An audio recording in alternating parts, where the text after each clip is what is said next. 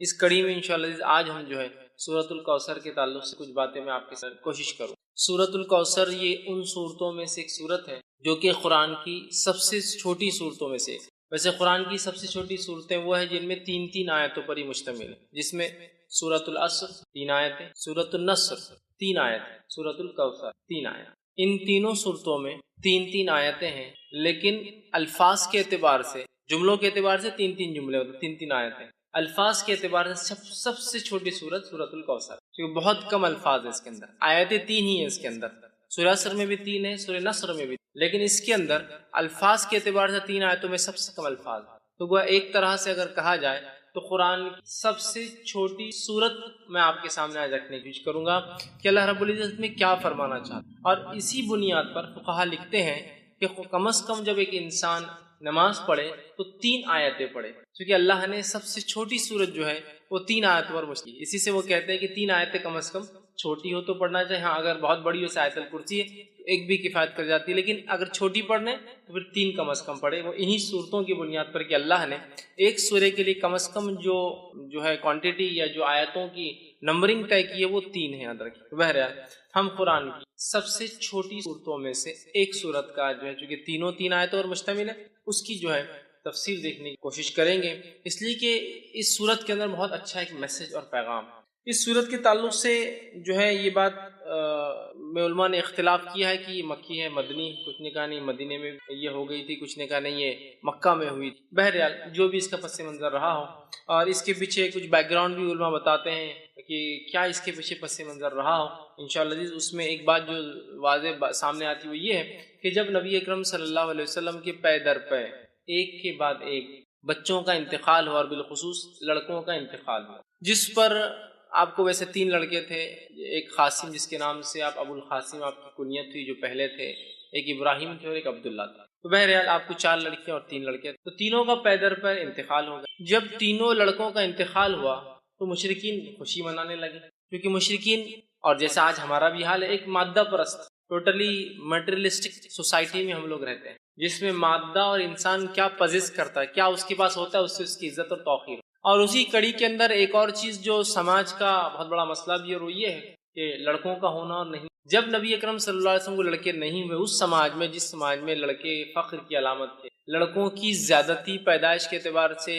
سماج کے اندر ایک بہت بڑا رتبہ رکھتی، اس سماج میں جس سماج کے اندر لڑکیوں کو زندہ دفنا دیا جاتا تھا اور لڑکوں کو رکھا جاتا تھا، اس سماج میں نبی اکرم صلی اللہ علیہ وسلم کے پے در پے ایک کے بعد ایک 3 لڑکوں کا انتقال ہونا گویا مشرکین کے لیے ایک طرح سے آپ کے مشن کے انسکسیسفل ناکامیاب ہونے کی ایک دلیل تھی۔ تو مشرکین میں سے کچھ لوگوں نے خوشیاں منائی، آوازیں اٹھائی، اور کہا کہ ابتر عربی زبان میں کہتے ہیں اس انسان کو جس کے پیچھے کوئی نہ ہو۔ عام زبان میں اس کا ترجمہ کیا جاتا ہے دم کٹا، پیچھے کوئی نہ ہو، پیچھے کوئی، جیسا کہ ایک گاڑی چلی گئی اس کے پیچھے کچھ ٹریلر سے لگ کر جا رہے ہیں، پیچھے کوئی نہ ہو۔ تو ابتر کا ایک معنی یہ بھی تھا کہ اس کے بعد کوئی نسل نہیں ہے جو اس کا نام باقی رکھ سکے، یہ بھی ایک معنی۔ تو انہوں نے خوشیاں منائی۔ یہ خوشیاں کس نے منائی اس کے تعلق سے بہت سارے مختلف اقوال آتے ہیں کہ ابو لہب تھا جس نے منائی، کس نے کہا نہیں ابو جہل تھا جس نے خوشیاں منائی، بہرحال اور بھی نام آتے ہیں مشرکین یا کفار کے جنہوں نے خوشیاں منائی۔ تو مفسرین لکھتے ہیں کہ یہ شاید اس کی وجہ بنی کہ یہ صورت نازل ہوئی، لیکن یقینی طور سے ہم نہیں کہہ پائیں گے کیا، لیکن چونکہ سورے کا جو اینڈنگ اس انداز سے ہو رہی ہے تو اس سے اندازہ یہی لگایا جا سکتا ہے کہ شاید یہی واقعہ ہوا ہو کہ آپ کے بچوں کا انتقال، اس میں بھی بہرحال اختلاف ہے کہ کس بیٹے کے انتقال پہ یہ منایا گیا، لیکن بہرحال لڑکے کے انتقال پر مشرکین نے جو خوشیاں منائی، اسی کی رد میں اللہ رب العزت نے اپنے نبی کو صبر، دلاسا، ہمت افزائی کرنے کے لیے یہ صورت کو نازل۔ صورت کا ترجمہ دیکھیں میں آپ کے سامنے رکھوں گا، پھر اس کی تفسیر کی طرف ہم جائیں گے۔ انا اعطیناک الکوثر، اے نبی ہم نے بے شک آپ کو خیر کثیر، کوثر، حوض کوثر، بہت زیادہ جو ہے اچھائی سے جو ہے نوازا ہے، عطا کیا ہے۔ دوسری آیت میں اللہ نے فرمایا فصل لربک، تو آپ اپنے رب کی جو ہے بڑائی بیان کیجئے، نماز قائم کیجئے اور قربانی کیجئے، اور نہر خاص طور سے اونٹ کی قربانی کیجئے۔ ان شانیک هو الابتر، بے شک یقیناً تمہارا دشمنی دم کٹا رہے گا، بے اولاد رہے گا، یا اس کا کوئی دنیا میں نام لینے والا باقی نہیں رہے گا۔ یہ اس آیت کا بہرحال ترجمہ ہے۔ اب آئیے کچھ تفسیر کی طرف اس کے ہم بڑھتے ہیں۔ سورۃ الکوثر یہ قرآن کی 108 نمبر 108 نمبر کی سورت چیپٹر ہے، سورت ہے۔ اس میں 3 آیتیں ہیں۔ اللہ رب العزت فرماتا ہے بسم اللہ الرحمن الرحیم۔ صحیح مسلم کی ایک روایت آتی ہے نبی اکرم صلی اللہ علیہ وسلم پہ یہ سورت نازل ہوئی اور آپ مسجد میں بیٹھے تھے۔ اسی وجہ سے میں نے کہا اختلاف ہے مکی ہے یا مدنی، کیونکہ اس صحیح مسلم کی روایت میں الفاظ ہے آپ مسجد میں بیٹھے ہوئے، اور ہم جانتے ہیں مکہ میں کوئی مسجد جو ہے مدینہ میں بنی، سمجھ رہا؟ تو بہرحال اس وجہ سے علماء کا اختلاف ہے کہ مکی ہے مدنی، بہرحال جو بھی ہے صحیح مسلم کے الفاظ ہیں آپ مسجد میں تشریف فرما تھے، صحابہ گھیر کر بیٹھے تھے، اور یہ معاملہ سب مدینے میں ہی ہوتا تھا، مکے میں اتنی آزادی نہیں۔ بہرحال صحابہ گھیر کر بیٹھے اور اچانک جو ہے آپ پر غشی، وہ جو آپ کی کیفیت وہی جب نازل ہوتی تاری ہوئی، صحابہ خاموش۔ اس کے بعد آپ نے لوگوں سے کہا کہ مجھ پر ابھی ایک سورت بسم اللہ الرحمن انا اعطیناک الکوثر فصل لربک وانحر ان شانئک هو الابتر آپ نے پڑھ کر۔ اس بات سے مفسرین لکھتے ہیں، علماء لکھتے ہیں، فقہاء لکھتے ہیں کہ بسم اللہ ہر سورت کا حصہ ہے، لیکن نبی اکرم صلی اللہ علیہ وسلم نے فرمایا مجھ پر ابھی ایک سورت نازل ہوئی بسم اللہ الرحمن انا اعطیناک، تو اسی سے محدثین لکھتے ہیں کہ سورت جو ہے بسم اللہ جو ہے یہ جو ہے اس کی آیت ہے۔ اس بات کو بہرحال چونکہ ایک بات آ گئی ہے تو وہ بھی آپ کے سامنے رکھ دیتا ہوں۔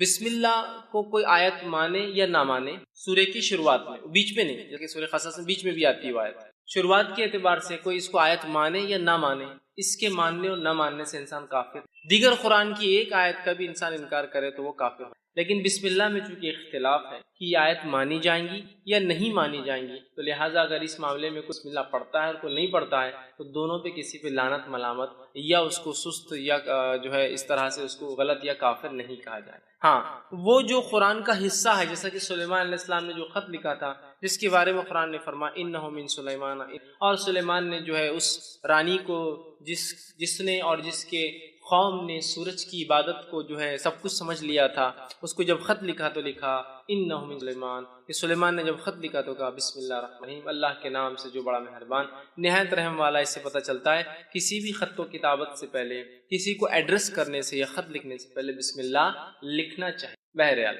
اور نبی اکرم صلی اللہ علیہ وسلم بھی لکھا تھا۔ تو بہرحال تو یہاں رسول اکرم صلی اللہ علیہ وسلم نے کہا کہ مجھ پر ابھی ایک سورت نازل ہوئی بسم اللہ الرحمن الرحیم، ٹھیک ہے، بہرحال وہ کرنا چاہیے۔ اور سورۃ الفاتحہ کے اندر بھی پڑھنا چاہیے، اس لیے کہ سورۃ الفاتحہ کا تو یہ ایک حصہ ہے، کیونکہ سورۃ الفاتحہ میں جو 7 آیتیں ہیں تو ظاہر سی بات ہے بسم اللہ کو چھوڑ دیا جائے تو آیتیں پھر 6 ہی بچتی، تو بہرحال ہر سورت سے پہلے اس کو بسم اللہ کو پڑھنا چاہیے۔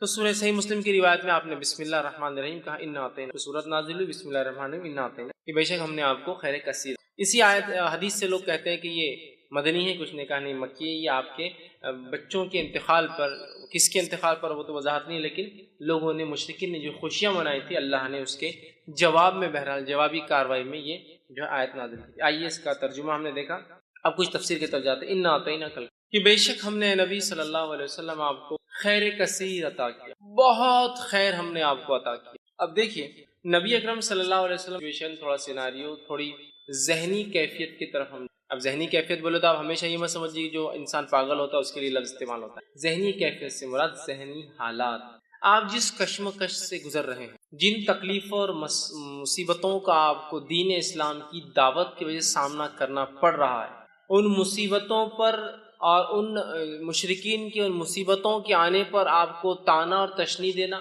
جیسے کہ آپ کی 2 بیٹیوں کے نکاح جو ہو چکے تھے ابو لہب کے بیٹوں سے، جیسے آپ نے ابھی ودائیگی نہیں ہوئی تھی، نکاح ہوا، جیسی دعوت اسلام کی بات کی طلاق دلوا دی۔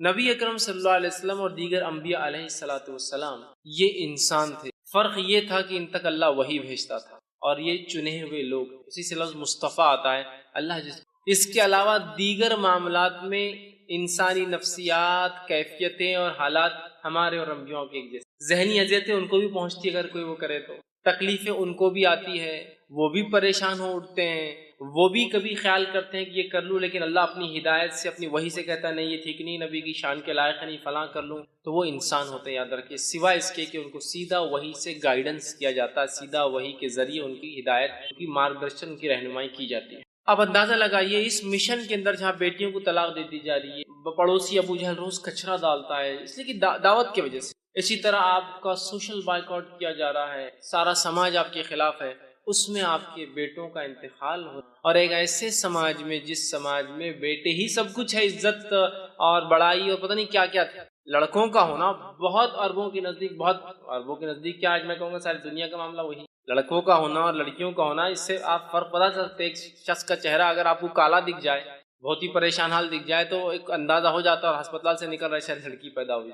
ایک شخص خوش اور خرم نظر آ رہا ہے اور بہت وہ خوش ہو رہا ہے اور کوئی بانٹ رہا ہے، تو آپ کا اندازہ ہو جاتا ہے اس کو لڑکا پیدا، بیٹا پیدا ہوا ہوں گا، تبھی اتنی خوشیاں منائی. تو ہر سماج کا آج ہم دیکھتے یہی حال ہے. ٹھیک. تو بہرحال اس سماج میں جہاں بیٹے سب کچھ اور بیٹیوں کو دفنا دیا جاتا ہوتا، اتنی بری چیز ہے. بیٹے داماد ہے کہنا بولے تو ایک شرم کی علامت تھی. اس سماج، اس سوسائٹی میں اندازہ لگائیے، نبی اکرم صلی اللہ علیہ وسلم کے پیدا اور انتقال ہونا، بیٹیوں کا طلاق دیا جانا، آپ کے بچوں کا بالخلا پیدا انتقال ہونا، پڑوسیوں کا روز کچرا ڈالا جانا، لوگوں کا آپ کو برا بھلا کہنا، آپ کو سوشل بائیکاٹ میں 3 سال تک پوروں کو الگ کر دیا جانا، یہ معمولی چیزیں نہیں، یاد رکھیے. اس لیے اللہ رب العزت نے اپنے نبی کے تسکین کے لیے، تسلی کے لیے، ذہنی سکون و اطمینان کے لیے جیسی ایسی کوئی بڑی تکلیف آتی تھی، ایک نعمت عطا کر دیتا تھا فوراً.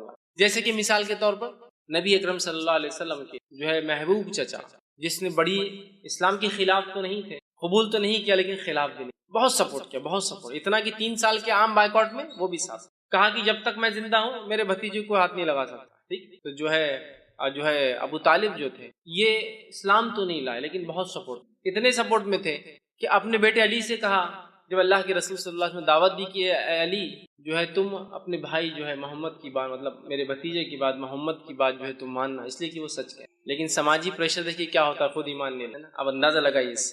ٹھیک. تو جو ہے تکلیف دی جا رہی تھی اس زمانے میں، اس ستم میں انہوں نے آپ کی مدد کی، یہ انتقال کر جاتے. مشرکین جو ہے خوش ہوتے ہیں. اور یہ بات بھی یاد رکھیے، بلال رضی اللہ عنہ ایک طرف ہے، اور جو ہے سمیہ رضی اللہ عنہا کو جو ہے شہید کیا جا رہا ہے، اور کئی خاندانوں کو جو غلام تھے اور کمزور تھے مالی اعتبار سے، تکلیف جن میں لڑکوں کی، مردوں کی کمی تھی، جو عربوں میں طریقہ دبا دیا جاتا تھا، تکلیف دی جا رہی.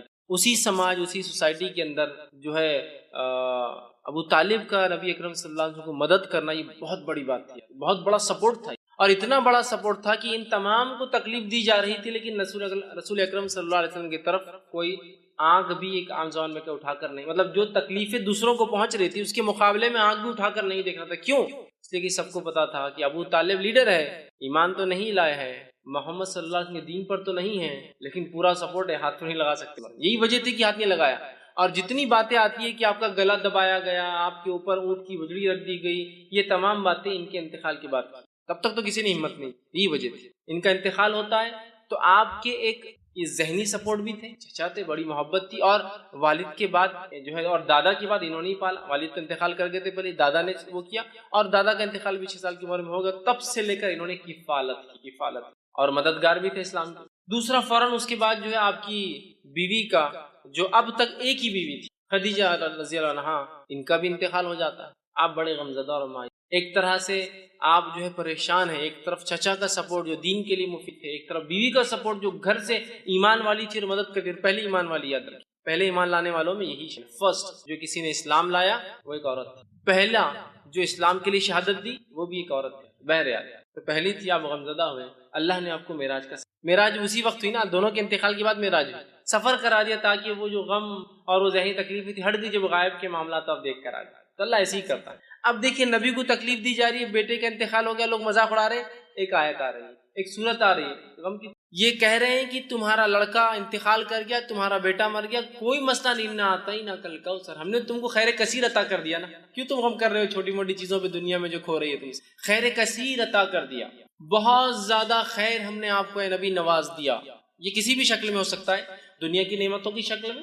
اور ہم نے دیکھا نبی اکرم صلی اللہ علیہ وسلم کی زندگی میں آپ لیڈر کہلائے، آپ نے جو ہے ایک ملک کے آپ سربراہ کہلائے، اور جو جس زمین سے آپ کو بے بس اور بے سہارا اور تکلیف دے کر نکالا گیا تھا، اس زمین پر اللہ رب العزت نے آپ کو ایسے واپس غلبے کے ساتھ لایا کہ جو مشرکین اور جو آپ کے دشمن تھے وہ گھٹنے کو بل آ چکے تھے، جن کے پاس منہ کھولنے کے لیے کوئی چارہ نہیں تھا. مطلب اللہ نے ایسا نوازا کہ انسان جس کو 13 سال تکلیف دے کے اپنے شہر سے نکالا گیا، جب واپس اپنے شہر میں آتا ہے تو ایک فاتو کی حیثیت سے، اور آج سب اس کے جو ہے گھٹنوں پر آ جاتے ہیں۔ دیکھیے 10 سال کے اندر اللہ وہ دیتا ہے، یہ بھی خیر کثیر۔ اسی طرح جو ہے دنیا کی نعمتوں کے اعتبار سے جس شخص کو یا جس دین کے لیے قدم رکھنا ممکن نہیں تھا مکہ شہر میں، آج اس دین کی ایک اپنی سلطنت، ایک حکومت اللہ نے آپ کی زندگی میں بنا دی، یہ خیر کثیر ہے۔ اسی طرح دیگر بہت ساری نعمتیں جو نبی اکرم صلی اللہ علیہ وسلم کو جسمانی اعتبار سے، صحت کے اعتبار سے، بیویوں کے اعتبار سے، اولاد میں لڑکیوں کے اعتبار سے دی گئی، اور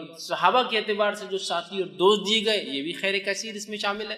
تو کہا اِنَّا أَعْطَيْنَاكَ الْكَوْثَرَ، آپ ایک اپنے بیٹے کے انتقال پہ جو لوگ خوشیاں منا رہے ہیں، آپ غمزدہ کیوں ہوتے ہیں نبی؟ ہم نے تو آپ کو خیر کثیر عطا کر، بہت کثرت سے خیر عطا کیا۔ اس کا ایک معنی یہ بھی آتا ہے جو مفسرین لیتے ہیں، ہم نے آپ کو حوض کوثر عطا کیا۔ حوض کوثر کیا ہے؟ حوض کوثر جنت کی ایک نہر ہے۔ وہ نہر کے اطراف کے بہت سارے حالات، وہ کیسی دکھتی ہے، کیا ہوتی ہے، بہت ساری تفصیلات ہوتی ہے۔ ایک روایت میں آتا ہے اس کے اطراف پرندے بھی ہیں۔ ابوبکر صدیق رضی اللہ عنہ بیٹھے تھے کہ اللہ کے رسول، نہر کا پانی تو بڑا اچھا ہوگا؟ تو کہا ہاں، شہد سے بھی زیادہ میٹھا ہے، دودھ سے بھی زیادہ سفید ہے، ٹھیک ہے، بڑی اس کی خصوصیتیں ہیں۔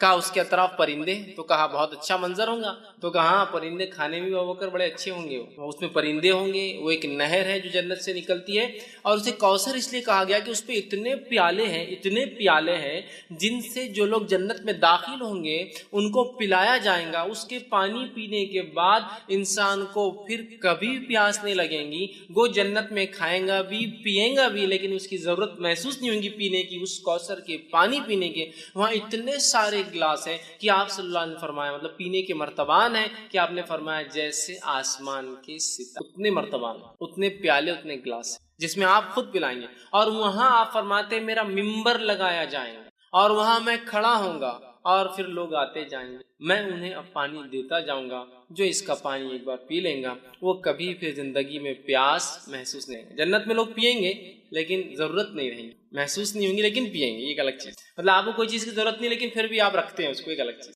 تو یہ کوثر ہے۔ تو کہا ہم نے آپ کو حوض کوثر، جس کا پانی پی کر لوگ پیاس محسوس نہیں کریں گے، جس پہ اس کثرت سے لوگ پانی پیئیں گے، جس کی وجہ سے کوثر، اس کثرت سے پیالے ہیں، اور ہر ایک انسان کو ایک پیالہ۔ اور آسمان کے ستارے کتنے ہیں؟ سمجھتا ہوں یہ ممکن نہیں ہے ہمارے لیے، ٹریلینس آف سٹار، صرف ایک ایک چھوٹی چھوٹی گیلیکسیز، ٹریلینس، تو اتنے اس کے پیالے، اسی وجہ سے کوثر کا۔ تو ہم نے آپ کو حوض کوثر عطا۔ حوض کوثر کا جو واقعہ صحیح مسلم میں آتا ہے، آپ نے فرماتے ہیں میرا ممبر لایا جائے گا، میں کھڑا ہوں گا، لوگ آ رہے ہوں گے، میں پانی پلا رہا ہوں گا، اور کچھ لوگ آ رہے ہوں گے تو انہیں دھکے دے کر پیچھے کیا جائے گا، میں کہوں گا فرشتوں یہ میری امت کے لوگ ہیں، انہیں آنے دو، انہیں آنے دو۔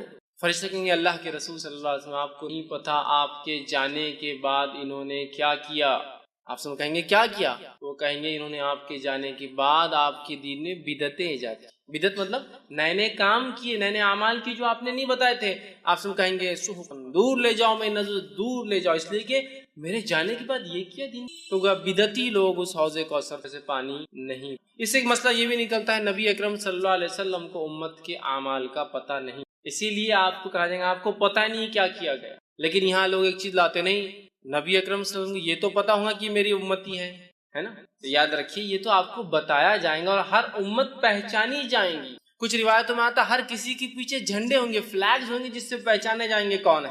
یہ تو کوئی ممکن ناممکن بات نہیں کہ اللہ کے رسول پہچان لیں گے، تمام انبیاء پہچان لیں گے اپنی امت کو، ہر امت ایک جھنڈے تلے ہوں گی، فلیگز ہوں گے ان کے، وہ کیسے واللہ عالم، پہچانے جائیں گے، سمجھ رہے؟ یہ تو آپ کو بتایا جائے گا لیکن آپ کو پتہ نہیں ہوگا امت نے کیا کیا، اس لیے کہ آپ عالم الغیب نہیں۔ تو یہاں پتہ چلا اس خیر کثیر کو اگر حاصل کرنا ہے ایک امتی کو، تو اسے چاہیے کہ نبی اکرم صلی اللہ علیہ وسلم کے دین میں بدعت ایجاد نہ کرے، ورنہ حوض کوثر پیچھے کر دیا جائے گا، عام الفاظ میں کو ہکال دیا، اور اسے پانی نصیب نہیں ہوگا۔ تو جو جام کوثر پینا چاہتا ہے اپنے نبی کے ہاتھ سے، تو اسے چاہیے کہ اپنے نبی کے طریقے پہ ساری زندگی، اور اس میں کوئی چیز نہ کمی کرے نہ کسی چیز کا اضافہ کرے، ورنہ اس حوض کوثر پہ سے اسے نکل۔ تو کہا اِنَّا أَعْطَيْنَاكَ، کل اے نبی ہم نے آپ کو خیر کثیر، حوض کوثر عطا کیا۔ اور دونوں باتیں درست ہیں، اس لیے کہ حوض کوثر خود ایک خیر کثیر کا حصہ بھی ہو سکتی ہے، بہت زیادہ خیر کا حصہ، دنیا میں مختلف چیزوں کے اعتبار سے خیر ہم نے آپ کو عطا فرمایا، اور آخرت میں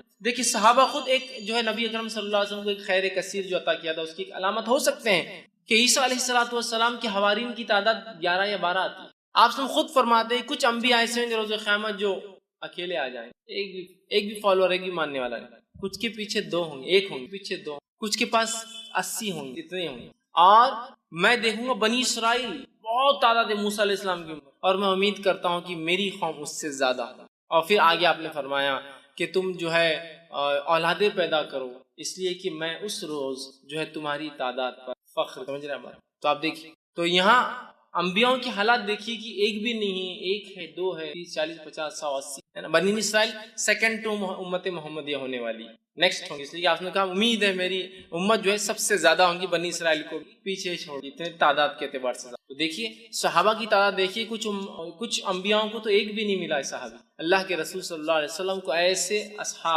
صحابہ ساتھی کو کہتے ہیں، یاد رکھیے اصحاب جو ہے ساتھی کو کہتے ہیں عربی زبان میں، تلاميذ اسٹوڈنٹ نہیں تھے، یہ ساتھی، اور ساتھی جنرلی کیلیبر کا ہوتا ہے بہت، اسی لیے اس کو اصحاب کہا ہے۔ ٹیچر اور اسٹوڈنٹ کو کبھی بھی ساتھی نہیں کہیں گے آپ، دو اسٹوڈنٹس کو ساتھی کہا جاتا ہے۔ یہاں دیکھیے اصحاب کہا گیا اس لیے کہ اللہ نے ان کو تیار کیا گیا، اللہ نے تیار کیا تھا، اور اللہ نے خود قرآن میں بیان کیا کہ صحابہ کی مثال توریت اور انجیل میں بھی اللہ نے دی، تو گویا صحابہ بھی چوزن پیپل، سلیکٹڈ پیپل تھے، چنے ہوئے لوگ تھے۔ بہرحال تو یہ بھی خیر کثیر، تو بہت ساری باتیں، لیکن خیر کثیر سے مراد کچھ بھی خیر جو اللہ نے دیا، اور حوض کوثر بھی ہو سکتا ہے، چونکہ حوض اور کوثر بھی خیر کثیر کی ایک ایگزامپل یا مثال یہ یاد رکھیں۔ چلیے ہم آگے بڑھتے ہیں۔ اللہ نے فرمایا اِنَّا أَعْطَيْنَاكَ الْكَوْثَرَ، اے نبی ہم نے آپ کو خیر کثیر عطا کیا، کوثر عطا کیا، حوض کوثر عطا کیا، فَصَلِّ لِرَبِّكَ وَانْحَرْ، تو آپ کیا کیجیے، نماز قائم، آپ کیا کیجیے، تو جو رب کے لیے جو ہے نماز پڑھیے، بڑائی بیان کیجیے، نماز قائم کیجیے، وَانْحَرْ، اور کیا کیجیے اس کے ساتھ قربانی، نہر کہتے ہیں اونٹ، تو آپ جو ہے نماز قائم کریں اور قربانی اے نبی جو ہے اللہ کے لیے دیتے رہے۔ گویا اس سے ایک بات پتہ چل رہی، وہ یہ ہے کہ ایک آیت میں تو کہا ہم نے آپ کو خیر کثیر عطا کیا، خیر کثیر عطا کرنے کے بعد دوسری آیت کیا بول رہی ہے کہ آپ نماز پڑھیے اور قربانی دیجیے۔ اس سے ایک بات پتہ چلتی ہے کہ نماز قائم کرنا اور قربانی دینا یہ ایک طرح سے شکرانہ ہوتا ہے جو اللہ مختلف نعمتیں ہمیں عطا کرتا ہے۔ اس لیے کہ دیکھیے یہاں بالکل واضح طور سے کہا گیا کہ آپ نماز قائم کیجیے اور کیا کیجیے، ساتھ جو ہے قربانی دیجیے۔ مطلب نماز قائم، پہلے تو کہا خیر کثیر دیا، فوراً کہا نماز قائم کیجیے اور قربانی، مطلب گویا نماز اور قربانی ایک طرح سے شکرانہ ہوتا ہے کسی عمل کے بدلے یا کسی چیز کے بدلے جو اللہ ہمیں جو ہے عطا کرتا ہے۔ تو اللہ جو چیز عطا کرتا ہے یہ ایک طرح سے اس کا بدلہ ہو سکتا ہے، تو یہ بات کو ہم بھی ذہن میں رکھیں۔ اللہ نے کسی بھی قسم کا ہمیں خیر دیا تو نماز ایک بڑی بہترین چیز ہے، اس خیر کے لیے شکرانہ ادا کر کہ اللہ تیرا شکر ہے کہ تو نے یہ فلاں فلاں چیز، اور قربانی دینا یہ بھی بڑی اہم چیز ہے، قربانی دینے سے اللہ خوش ہوتا ہے، جیسے کہ آپ صلی اللہ نے فرمایا 10 ذی الحجہ کو، عام زبان میں بقرعید، 10 ذی الحجہ کو جانور ذبح کرنے، نہر خون بہانے سے زیادہ کوئی عمل اللہ کو بہت محبوب عمل ہے قربانی ہے، کہ اللہ ہم جانور کی قربانی دے کے اعلان کرتے کہ وقت آنے پر ہر چیز تیری راہ میں ہم قربان کر دیں گے، اعلان ہوتا ہے۔ تو یہاں کہا کہ فصل لربک، تو نماز قائم کی، تو گویا دیکھیے اشارہ ہو گیا کہ اگر اللہ بھی کو نعمت یا شکر، ہم کیا کریں، نماز قائم کریں۔ اور نبی اکرم صلی اللہ علیہ وسلم کے تعلق سے ابوبکر صدیق رضی اللہ عنہ فرماتے ہیں اللہ کے رسول صلی اللہ علیہ وسلم کو جب بھی کوئی خبر پہنچتی اچھی، آپ سجدے میں گر جاتے، کوئی مصیبت آتی، کوئی آندھی آتی، کوئی طوفان آتا، کوئی پریشانی ہوتی، آپ مسجد کی طرف بھاگتے، مطلب نماز پڑھ، خوشخبری آئی تو نماز، سجدے میں گرنا، مصیبت آئی تو نماز دونوں کے لیے حل ہے۔ اور اللہ نے اس بات کو سورہ بقرہ میں فرمایا، بیان بھی کیا، وَاسْتَعِينُوا بِالصَّبْرِ، مانگو اللہ سے صبر اور نماز کے ذریعے مانگنا ہے ہم کو، یاد رکھیں۔ تو یہاں شکرانہ بھی ہے نماز، حاجت کے لیے دعائی ہے نماز، دعا کی ایک قسم ہے نماز، اللہ کا ایک فریضہ فرض کردہ ایک حکم بھی ہے نماز، بہت ساری چیزیں نماز ہے۔ نماز کے اتنے فوائد ہے کہ ہم گنتے جائیں تو ممکن نہیں، یاد رکھیے کہ ہم ایک جگہ جمع کریں، اتنے فوائد۔ بہرحال یہاں کا فصل لربک وانحر، کہ آپ جو ہے نبی نماز قائم کی اور قربانی دیجیے اپنے رب کے، تو یہاں قربانی کا حکم دیا گیا، نماز کا حکم دیا۔ ہم بھی جب بھی اللہ تعالیٰ کو نعمت عطا کرے تو ہم بھی قربانی دیں، نماز پڑھیں اور قربانی دیں، تو کہا فصل، تو نماز قائم کرے، وانحر، اور قربانی دیں۔ اس سے ایک بات اور پتہ چلتی ہے کہ نماز اور قربانی دو ایسے اعمال ہے جو خالص اللہ کے لیے ہونا چاہیے، اس لیے کہ نبیوں کہا جا رہا ہے اے نبی نماز پڑھیے اور قربانی دیجیے، یہ دونوں اعمال خالص اللہ کے لیے ہونا چاہیے، یاد رکھیے۔ تو کہا نماز قائم کی، ان شانئک ھو الابتر، بے شک تیرا دشمن ہی نام بے نام و نشان رہنے۔ اب آیا معاملہ اس آیت کی طرف جس کی وجہ سے علماء کہتے ہیں کہ یہ آیت اس وجہ سے نازل ہوئی تھی۔ واقعہ ہے کہ آپ کے بیٹوں کا پے در پہ ایک کے بعد ایک انتقال کر، اللہ تعالیٰ کی اس میں کیا حکمت رہیں گی واللہ اعلم، اللہ بہتر جانتا ہے کیا حکمت رہی ہے، لیکن علماء جو حکمتیں دیتے ہیں ان میں سے ایک حکمت یہ ہے جو ہو سکتی ہے کہ اللہ نے آپ کو لڑکی عطا نہیں، یہ ہے کہ آج دیکھیے جو نبی کے خاندان سے سیدھے نہیں ہیں ان کو کتنا زام ہے اپنے اس خاندان سے ہونے کا، سیدھے ہو جاتے تو پتہ نہیں کیا کرتے تھے، سمجھے نا۔ بیٹیوں سے برانچز چل رہی ہے، چچیرے بھائیوں سے برانچز چل رہی، تو کتنا زام ہے، خاندان سے تو دور، خالی اس علاقے کے ہونے کا زام دیکھیے ہم فلاں ہیں، قومی زام، سمجھ رہے، خاندان تو دور، خالی علاقے سے ہونے کا زام دیکھیے لوگوں میں، ہم فلاں علاقے سے، ہم فلاں زبان بولنے والے ہیں۔ شاید یہ حکمت رہی، اللہ اس معاملے کو رکھنا ہی نہیں چاہتا تھا، ختم کر دینا چاہتا، اس کے آگے واللہ وہ اللہ ہی جانتا ہے بھائی کیا وجہ، لیکن یہ حکمت ہو، سمجھ رہا بات۔ تو اللہ نے آپ کے لڑکوں کو حیات نہیں رکھا، مشرکین جب آپ کے لڑکے کا انتقال ہوا تو مشرکین نے خوشیاں منائی اور کہا اب تو محمد کا نام لینا کوئی نہیں ہے، اس کا مشن آگے چلنے والا نہیں، اس کی تحریک یہیں ختم ہو جائیں گی۔ اور ظاہر سے کوئی بھی تحریک کے لیے کیا لگتا ہے آپ کو معلوم، تحریک لڑکیوں سے نہیں لڑکوں سے تحریک چلانا۔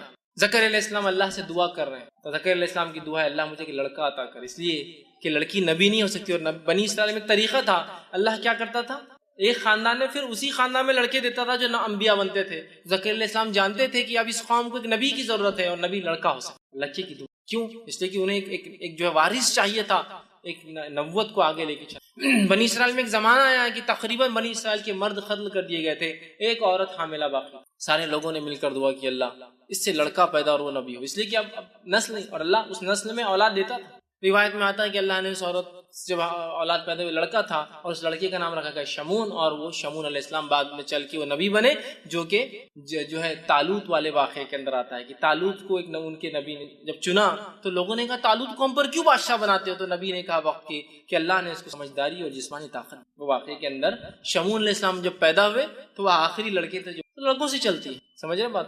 تو اب مشن اینڈ ہو رہا ایک طرح سے ظاہری طور سے، تو مشن اینڈ دکھ رہا ہے، لڑکے ختم مشن ختم، تو کہا ان نشانی کو الابتر، اللہ جواب دے رہا نبی آپ کو کوئی پریشان ہونے، دل جو ہے اپنے آپ کو جو ہے مایوس کرنے کی کوئی ضرورت نہیں، آپ کا دشمن بے نام نہیں، گویا اس کا دوسرا معنی ہے آپ کا نام و نشان رہنے والا ہے، آپ کا دشمن جو آپ کا مذاق اڑاتا ہے اس کی چاہے ہزاروں اولادیں ہو جائے بے نام و نشان۔ آج جتنے مشرکین کو ہم یاد کرتے ہیں سوائے سیرت کے، اس کے علاوہ کبھی یاد کرتے ہیں جو مشرکین کے نام آج تھوڑے بہت باقی ہیں بڑے بڑے سرداروں کے، اس کے علاوہ جو جنگ بدر میں عہد میں مر کھپ گئے، کون پہچانتا ان مشرکین کو آج؟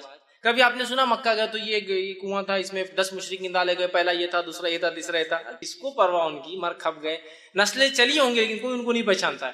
خود ان کی نسلوں نے ایمان لانے کے بعد ان کا نام لینا پسند نہیں کیا کہ ہمارے جد اعلیٰ تھے، یہ ہمارے باپ دادا تھے، یہ ہے نا۔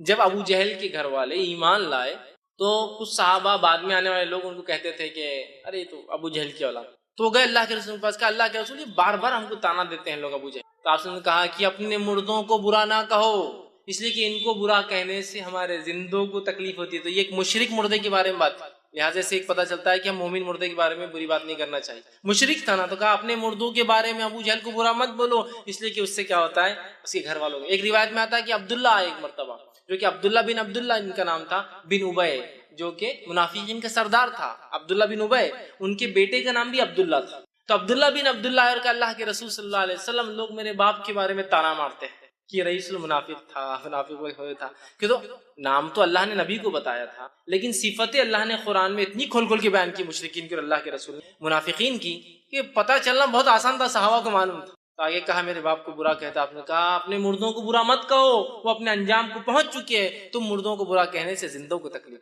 تو آج ان کے خاندان والے خود جو ہے نام نہیں لیتے، بے نام ہو گئے، وہ اولاد کے بعد، لڑکوں کے بعد، ہزاروں لڑکوں اور نسلوں کے بعد بے نام۔ کہا تیرا دشمن بے نام رہے۔ تو جتنے دشمنوں کا نام لے بھی لیتے نا ابو لہب کا، صرف اس لیے لیتے کہ سیرت میں آتا ہے، اس کے علاوہ کبھی تذکرے سنے ابو لہب کی مجلس، ابو جہل کی کوئی مجلس سجری کہ اس نے کیا کیا، کچھ کوئی نام نہیں، ہم ہی کبھی تو بھی لے لیتے، ارے تورے بولتے ہوئے نکل جاتے آگے، کوئی ویلیو نہیں، کوئی نہیں۔ اور نبی اکرم صلی اللہ علیہ وسلم جہاں وہ یہ سمجھ رہے تھے اس کے لڑکا نہ ہونے سے اس کا خاندان ختم، نسل ختم، اور آپ کی تو چلی تھی نا، تو ان کو وہ تھا کہ اب عمر بھی تو ہو جا رہی ہے شخص کی، اس کو اب اولاد نہیں تھوڑی ہوتی بعد میں، اور وہ خوش ہو رہے تھے۔ اللہ نے کہا تیرا دشمن یا نبی بے نام و نشان، دم کٹا، بغیر نسل کی، بغیر اولادیں ہوں گی ہو سکتا، لیکن وہ جو تمہیں کہتے ہیں نا تمہارا نام کوئی نہیں لیں گا۔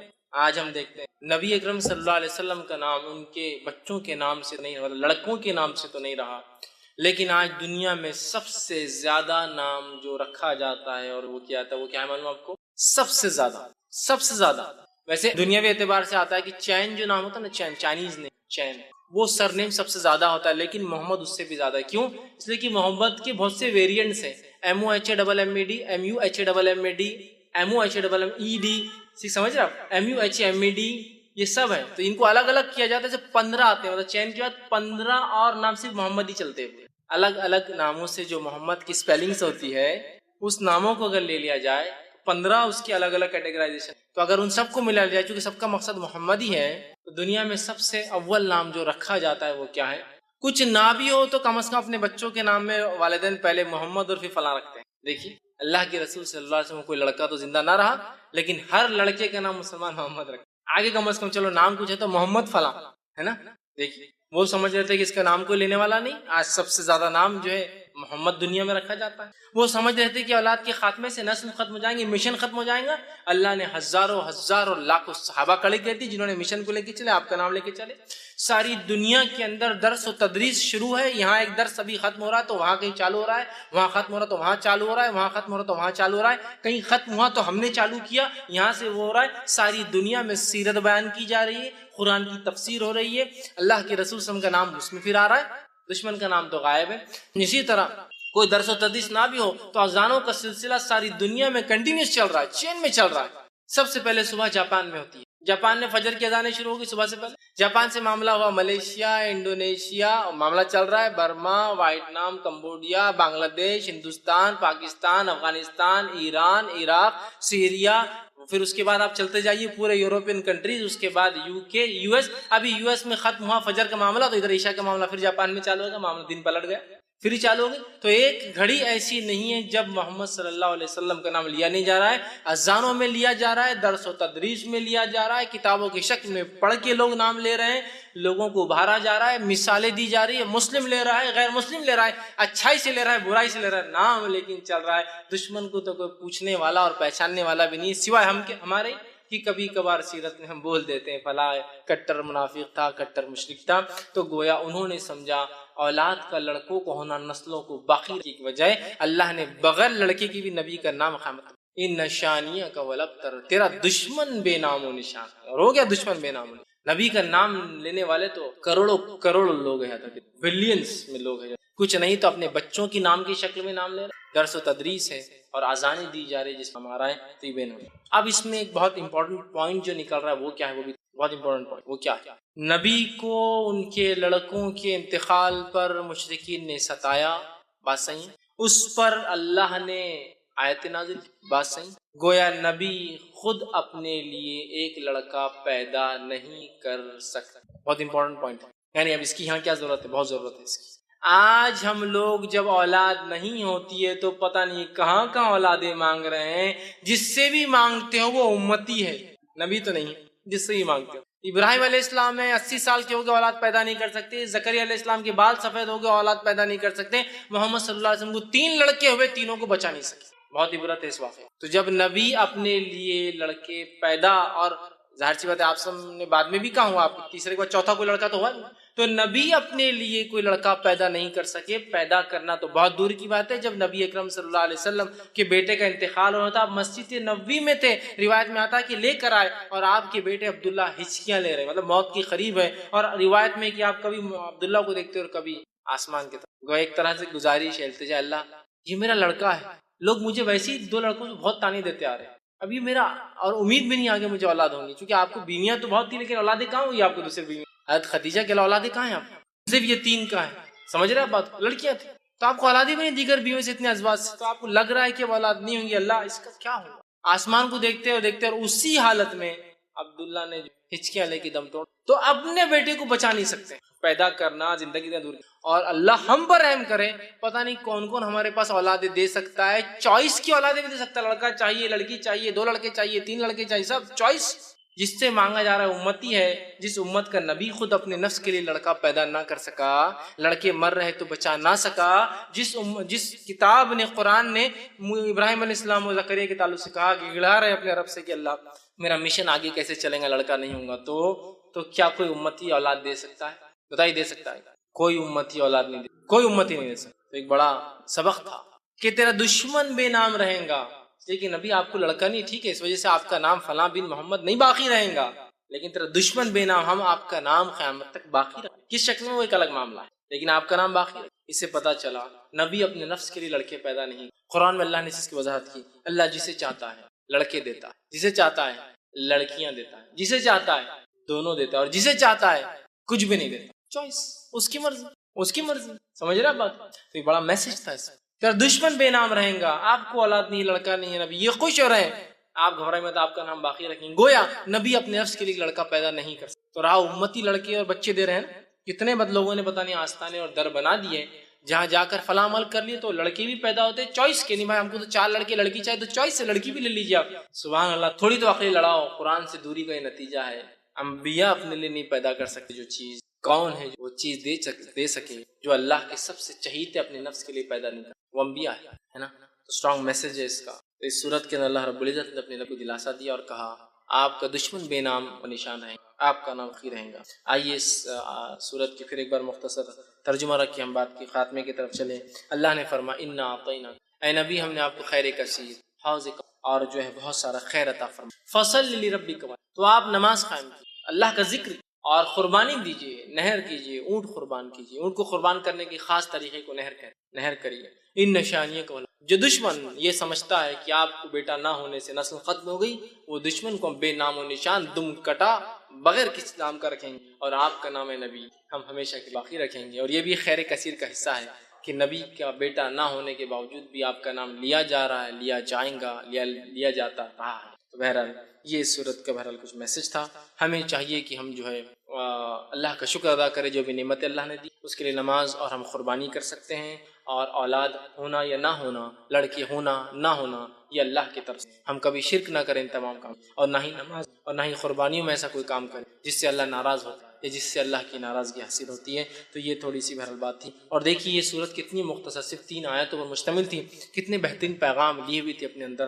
تو پورا قرآن جب ہم کھول کر پڑھیں گے کتنی ساری باتیں ہمارے سامنے آئیں گی. بہت سارے لوگ ہوتے ہیں انٹرنیٹ پر جب یہ ویڈیو جاتے ہیں بہت گالیاں لکھتے ہیں، بہت گالیاں بکتے ہیں، لیکن ہم ان گالیوں کو برائی کے انداز میں لیتے ہیں، ہم اچھائی کے انداز میں لیتے ہیں. میرے بھائی کو علم نہیں، لیکن کم از کم یہ خوشی ہوتی کہ سن تو رہے ہیں.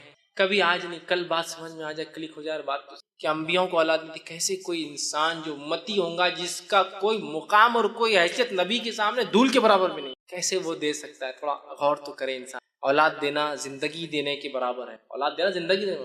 جو خود مر چکے ہیں وہ کیا زندگی دے سکتے؟ جس کے پاس جو ہوتا ہے وہی مانگا جاتا ہے. میرے جو خود اپنے نفس کو نہیں، اگر کوئی اولاد دے سکتا تو اپنے آپ کو رینیو کرا سکتا تھا، زندگی نہیں کرا سکتا. تو بہرحال مقصد ہے اللہ کی کتاب کو. تو بہت ساری ایسی گراہیں جو شیطان مان دیتا ہے نا، گراہیں، وہ گراہیں کھل جاتی ہے. اور شرک اور بدعت اور کفر اتنا عام ہو چکا ہے اس امت میں کہ اللہ رحم کرے. نمازوں کو غیر اللہ کے لیے پڑھا جا رہا ہے، قبلے کے الٹا پڑھا جا رہا ہے، خبروں کے اوپر خبر والوں کے لیے پڑھا جا رہا ہے، قربانی اللہ کے علاوہ کی جا رہی ہے. اور ہم دیکھ رہے ہیں ہم آج کے سوسائٹی میں بیٹوں کو سب کچھ سمجھ رہے ہیں. یہ بھی ایک میسج ہے اس کا. بہرحال بھول گیا تھا بیچ میں، ہے نا. بیٹے رہتے سب کچھ، ارے تم تو گئے تم ہوتا ہے نا. بہت سے لوگ اللہ رحم کرے یار ان کو پوری بچیاں ہیں. اس میں رحم کی کیا بات ہے؟ اللہ نے رحم کیا تبھی تو بچیاں ہیں. اور ایک ایسا رحم کیا اور کیسے بچیوں سے کیا رحم ہوتا ہے؟ آپ سن کی واضح حدیث ہے، جس نے 3 لڑکیوں کو پالا، پرورش کی اور نکاح کر دیا وہ میرے ساتھ جنت، ایسا بتایا ایک دم نزدیک. کسی نے کہا اللہ رسول 2 کا کیا؟ تو کہا جس نے 2 کے ساتھ بھی یہ کیا وہ میرے ساتھ. تو رحم تو کر دیا نا پہلے. یہ جس کو کہتے ہیں نا بہت بڑے نقصان پہ بولتے ہیں نا صبر کرو صبر، ویسے حالات ہو. ہم یہ بات بھی یاد رکھیں ہمارے نبی کو لڑکیاں تھیں. لڑکیوں اور لڑکوں کی وجہ سے نام باقی نہیں ہوتے ہیں، نام باقی ہمارے اعمال کے اخلاص کی وجہ سے. بہت سارے لوگ جن کی نسل ہی آگے نہیں چلی، جنہوں نے نکاح ہی نہیں کیا، کیا ان کے نام نہیں لیتے؟ بڑے بڑے علماء دیکھیں آپ، بہت سارے ایسے جنہوں نے شادی نہیں کی. حالات وقت زمانہ نہیں آیا، جیلوں میں زندگیاں گزار دی، جوان ہوئے جیل میں ہوئے، بوڑھے ہوئے جیل میں، مر گئے جیل میں، شادی نہیں کی. نام لیتے ہیں، نام لیتے ہیں ان کے کام کی وجہ سے. سمجھ رہے ہیں آپ بات کو؟ تو لہٰذا یہ کوئی مایوسی کی شکل نہیں ہے جن کو لڑکا نہیں ہو ڈپریسڈ ہم کیوں لڑکا نہیں ہو رہا ہے نا. اور لڑکا نہیں ہو رہا یا پھر اللہ نے لڑکیوں کی نعمتیں عطا کی تو پریشان ہے کہ اب ان کا بوجھ کیسے حل کریں گے، ان کو کیسے پالیں گے، کیسا بڑا کریں گے. زمانہ تو یوں آ رہا، زمانہ کیوں آ رہا ہے؟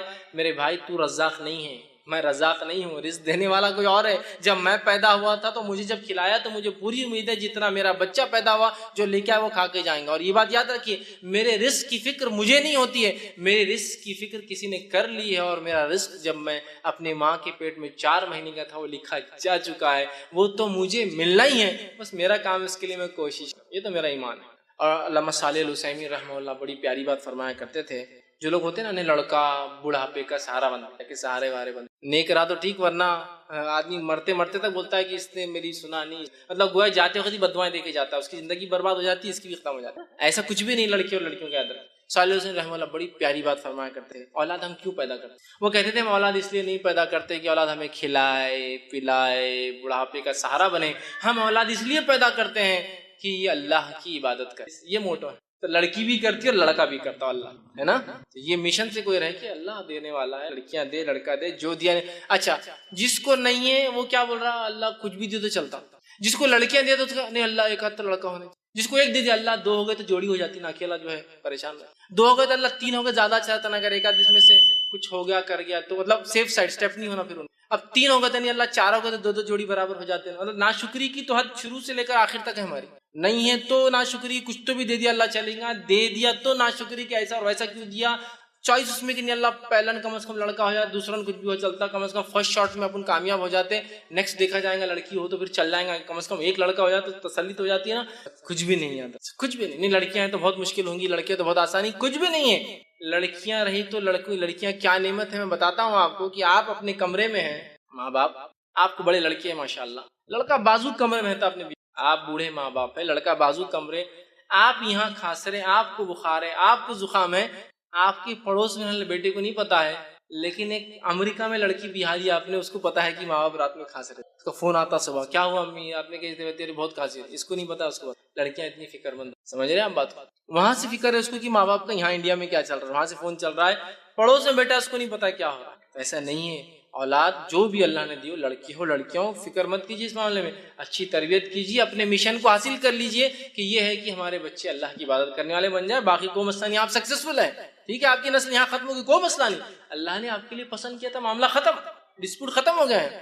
اللہ کی ایسی کچھ نعمتیں جن پہ ہمارا کوئی اختیار نہیں چلتا ہے تو اس پہ ڈسپیوٹ کر کے اور جھگڑا کر کے فائدہ نہیں. اس کا یہ آپشن ہو سکتا ہے، کوئی آپشن نہیں ہو سکتا اس کا. یہ اللہ کی مرضی، جو دینا چاہیں گا جس کو اور جتنا دینا چاہیں گا دیں گا نہیں دیں گا اس کی مرضی. آپ دیکھیے بہت سے بڑے بڑے شاہان بادشاہ، کیا پیسے کی کمی ہے ان کو، کیا پیسے کی کمی ہے بتائیے مجھے. وہ 50 سال بعد ایک آدھ بچہ ہوگا، بس ایک ہی اولاد ہوئی، سب کچھ ہے، بیویوں کی لاتعداد، ان کی نان مسلم کی بات کر رہا ہوں، کوئی حد بھی نہیں ہوتی شادی میں. اولاد جاپان کا جو کنگ ہے اس کو اولاد ہی نہیں، پریشان کتنی شادیاں کر لی اب تک، ایک اولاد ہوئی تو پورا جاپان خوش ہو رہا تھا. 50 سال کا ہو گیا تو اولاد ہوئی، کوئی تو وائرس ملا، سمجھ تو پیسہ ہے. دیکھیے اب ہم سوچ رہے ہیں رزق کی کمی نہ ہو جائے گا، دیکھیے مال دولت ہے، اولاد یہ اللہ کی نعمت ہے، اللہ جس کو دینا چاہتا ہے دیتا ہے، نہ دینا چاہے نہیں دیتا ہے. نبی اکرم صلی اللہ علیہ وسلم خود اللہ نے لڑکے نہیں دیے، تو لڑکے ہونا نہیں ہونا یہ نعمت مطلب اچھائی برائی دونوں چیز کی ہوتی ہے. لیکن کوئی بھی انسان لڑکیوں کی پیدائش پہ غم نہ منائے، برا نہ سمجھے، اس لیے کہ خود نبی اکرم صلی اللہ علیہ وسلم کو اللہ نے لڑکے نہیں دیے. اگر لڑکے کا ہونا ہی خیر کی اور اچھائی کی علامت ہوتا اللہ اپنے نبی کو کبھی بھی اس خیر سے محروم.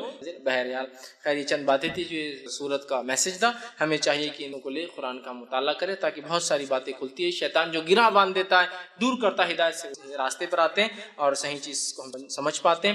اللہ رب العزت سے آخر میں دعا ہے کہ اللہ سبحانہ وتعالی جو کچھ کہا سنا گیا اس پہ عمل کی عطا فرمائے. ہم تمام کو یا اللہ جو ہے ہمیں بھی جو ہے خیر کثیر عطا فرما. ہم تمام کو جو ہے نمازی بنا اور ہم تمام کو جو ہے صرف خالص تیرے لیے نماز اور قربانی کرنے والا بنا. اور ہم تمام کو جو ہے ایسے کام کرنے کی توفیق عطا فرما جس کام کی بنیاد پر ہمارے جانے کے بعد بھی ہمارے ثواب کا جو ہے معاملہ جو ہے چلتا رہے، جب تک ہمیں زندہ رکھ، اسلام اور ایمان پر زندہ رکھ، خاتمہ ہمارا ایمان پر ہو. آخر دعوانا الحمدللہ رب العالمین. سبحان ربک رب العزت عما یصفون وسلام علی المرسلین والحمدللہ رب العالمین. بسم اللہ الرحمن الرحیم. الحمدللہ رب العالمین والصلاة والسلام علی خاتم. رب اشرح لی صدری ویسر لی امری ولسانی. میں قربانی کون سے موقع پہ کرنا چاہیے اور کون سے جانوروں کی کرنا چاہیے، اس کی وضاحت کریں. بھائی نے ایک سوال کیا کہ قربانی کون سے موقع پہ کر سکتے ہیں اور کون سے جانوروں کی کر سکتے ہیں. دیکھیے قربانی جو ہے یہ خاص لفظ ہے، ذبیحہ ایک لفظ ہے جو ہم عام ذبح کرتے ہیں، کوئی بھی جانور جو ہم کھانے پینے کے لیے استعمال کرتے ہیں. قربانی خاص لفظ ہے جو اللہ کا قرب حاصل کرنے کے لیے انسان جس جانور کو ذبح کرتا ہے اس کو قربانی کرتا ہے. ذبیحہ تو ہم روز کرتے ہیں، کھانے پینے کے لیے کرتے ہیں.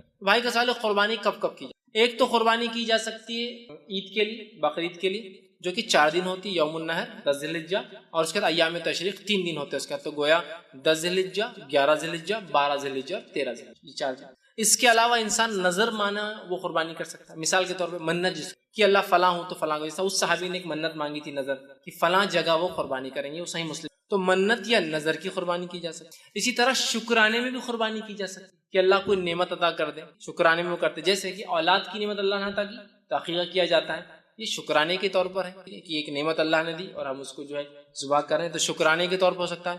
عقیقے کا معاملہ ہو سکتا ہے، عقیقے میں یہ بہرحال واجب ہے، کرنا چاہیے، تو شکرانے کے لیے ہو سکتا ہے. عقیقے کے لیے تو عید کے لیے آپ کر سکتے ہیں، اسی طرح نظر کے لیے آپ کر سکتے ہیں، عقیقے کے لیے آپ کر سکتے ہیں، شکرانے میں آپ جو ہے یہ بہرحال کر سکتے ہیں۔ اس کے لیے ضروری شرائط وہ ہے کہ اللہ کے نام سے ہو، نیت بھی اللہ کے لیے ہو، اور ایسی جگہ ہو جہاں کفر و شرک نہ ہوتا، ورنہ لوگ سمجھیں گے آپ بھی شامل۔ آپ کن کن جانوروں کی آپ قربانی کر سکتے ہیں؟ تو قربانی کے لیے خاص طور سے جو اللہ کے قرب حاصل کرنے کی جو قربانی میں ہم جانور کرتے ہیں وہ 4 قسم کے جانوروں کی 8 وہ ہو جائیں گے، جوڑے ملا کر 8 ہو جائیں گے۔ اونٹ اور اونٹنی 2 ہو گئے سمجھ لیجیے، گائے اور بیل یہ 2 ہو گئے سمجھ لیجیے 4 ہو گئے، اس کی طرح بکرا اور بکری یہ 2 ہو گئے 6 ہو گئے، اور مینڈا اور مینڈا یہ 2 ہو گئے 8۔ تو اگر 4 قسم کے جانور جو 8 ہو جاتے ہیں ان کے مذکر اور مؤنث ملا کر ان کی قربانی کی جاتی ہے۔ جانور ذبح کر کے کھانا کون کون سے جانور ہیں؟ تو حلال بہت جانور ہیں، حلال بہت سارے جانور ہیں، اس کے علاوہ بھی بہت سارے جانور حلال ہیں، لیکن حلال ہونا الگ چیز ہے قربانی کے لیے، اس لیے میں نے پہلے فرق کیا، قربانی اللہ کی قرب حاصل کرنے کے لیے ہوتی ہے، تو خاص قربانی جو 4 دن ہم کرتے ہیں اس میں تو یہ 4 جانور